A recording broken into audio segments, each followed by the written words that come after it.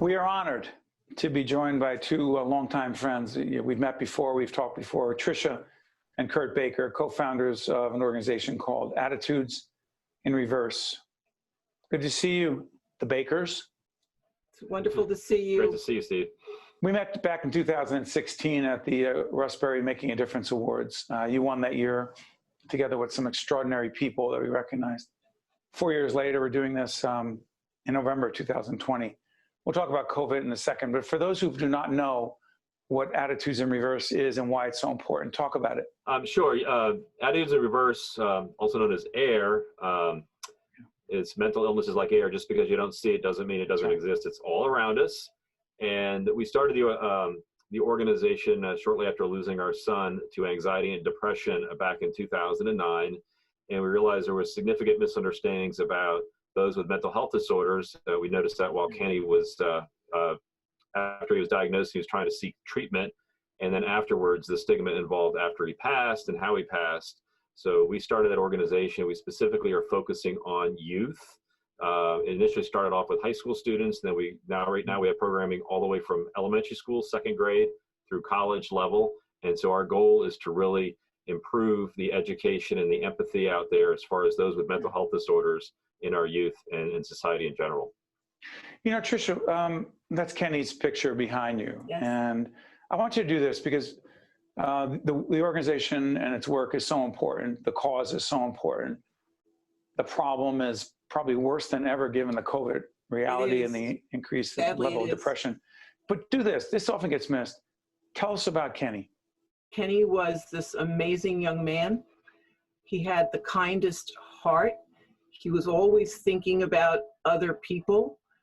And one of the things I find is that those who do struggle with mental health disorders, they tend to be some of the kindest, most empathetic people. And so true of Kenny. He was really intelligent. At the age of 6, he was struggling with reading, and the school district tested him, and we found out that he had a learning disability called dyslexia, but we also found out at the age of 6, he had the long-term memory of a 29-year-old. So he was extremely bright. This is also something that's very common of those who do struggle with mental health disorders. And it was a freshman year where he was so busy trying to build his college resume. He was working so hard. He had a part-time job. He was trying to keep up really good grades in spite of his learning disability. He was sleeping less and less. And I remember saying to him, you know, Kenny, you're only sleeping 2 or 3 hours a night. How is your body not shutting down? Well, what we didn't know as his parents were, it was his brain that was shutting down. And that's why when we do talk to young people, we talk so much about the importance of sleep, because I really feel that our children are not sleeping enough. When I go into schools and I talk to kids with our program, I always ask them, who sleeps 8 hours or more? And almost none of them will raise their hands. And they kind of laugh at me as if, oh, that's a joke. Nobody sleeps 8 hours. And a lot of our young people are not even sleeping 5 hours a night. And I really feel that that lack of sleep was the trigger that turned on the illness in Kenny's brain. And he did fight. He tried really hard to get well, and then he just lost hope.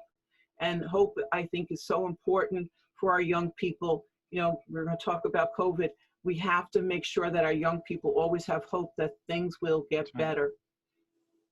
And the other part of this, and by the way, thank you, Tricia, for sharing the way you just did.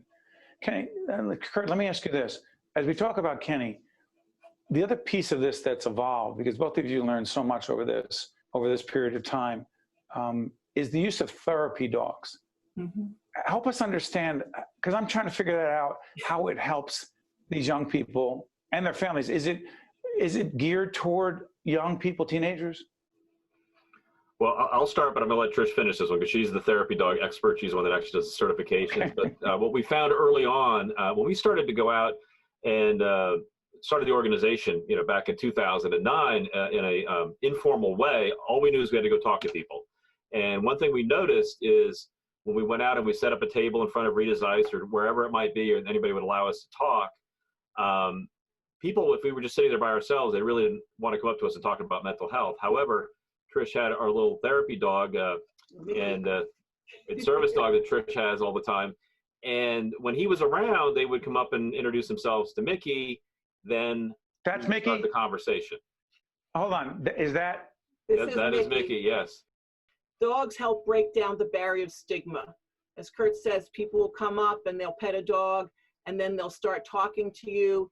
And then before you know it, we're able to start a conversation about good mental health. Huh. Before we included the dogs, people would walk up and realize what we were talking about, and they would leave, but they would stay when we had the dogs. And almost everybody had their own story that they wanted to share after petting the dog. It's grown a lot, the dog program.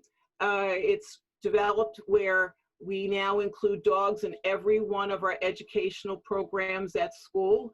And we're rolling out this fall a kindergarten through third grade program that's all about emotions, exploring our emotions through the eyes of dogs. And that's for the young ones, because we want to have them recognize emotions early, what they might look like, their feelings within themselves or within a friend.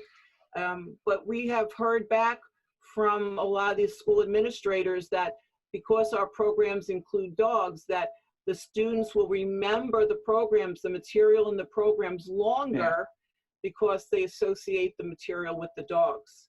Kurt, let me ask you this. We met in 2016 at Ramapo when you won the award. I remember being so moved by what you're talking about and the difference you're making. What was it like meeting those other winners of that award that year? Oh, it's just amazing how much good is happening out in the world, so to speak. I mean, people, they start off, it's typically some type of tragic event or stressor in their life. And these are the people at the Russ Berrie Awards that really turn that struggle they're having in their life, or that instance that happened to them that would be perceived by many as a negative instance, and they're turning it into a positive. And that's really what a lot of this is about, is trying to turn something that you've lived in your own experience in your own life that is difficult for others to understand, and converting that into a positive impact on society.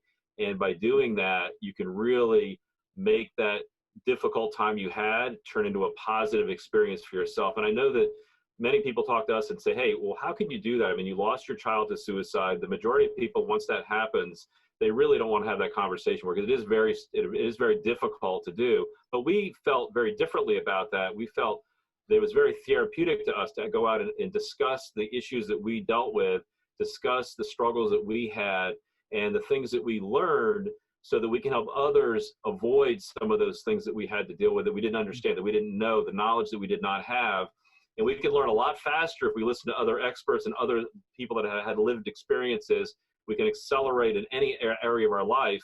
This is just the same thing. And if we talk to anybody that has a brain, so to speak, we all have mental health. We're all dealing with this either directly or indirectly.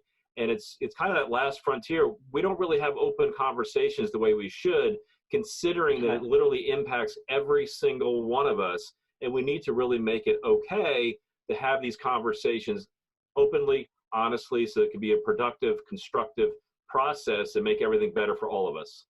Well, Kurt, that's what you have done, and Tricia has done with you. And in the spirit of the Berrie Awards, you just made a big difference. I know you did, and you continue to every day. Thank you so much for joining us. We appreciate it.